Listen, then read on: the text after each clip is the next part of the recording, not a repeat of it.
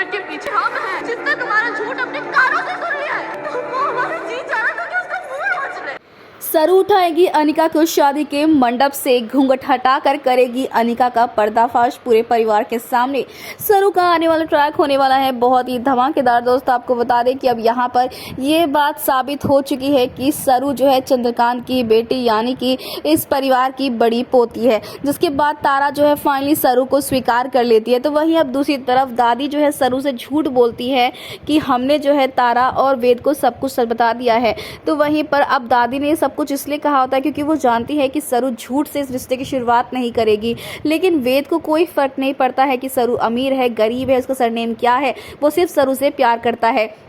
लेकिन अब सरू यहाँ पर खुद सारा सच रिवील करेगी और बताएगी। लेकिन वहीं पर जब फिर से सरू पर उंगलियां उठेंगी और उसे झूठा साबित किया जाएगा तो भाई अब यहाँ पर ढेर सारा ड्रामा होता हुआ नजर आए, क्योंकि सरूजा अब फाइनली यहाँ पर अपना घूंघट हटाकर अपनी बेटी का साथ देगी और बताएगी हाँ ये सच है कि सरू जो है इसी घर की बेटी है और इस घर की बड़ी पोती है। इसीलिए अब सरू कोई सबूत नहीं देगी, सरू पर कोई उंगली कोई आवाज़ नहीं उठाएगा, क्योंकि सरू मेरी बेटी है। जहाँ पर अब तारा के भी होश उड़ जाएंगे कि यहाँ पर भले ही सरू जो है सच्ची है और अच्छी है और उसने अपने सच को खुद ब खुद बताया, लेकिन वहीं दूसरी तरफ सरू को झूठा कहने वाले ये लोग कौन होते हैं। लेकिन अब यहाँ पर सरू और वेद की जहाँ शादी होगी तो वहीं अनिका जो है वो बर्दाश्त नहीं कर पाएगी।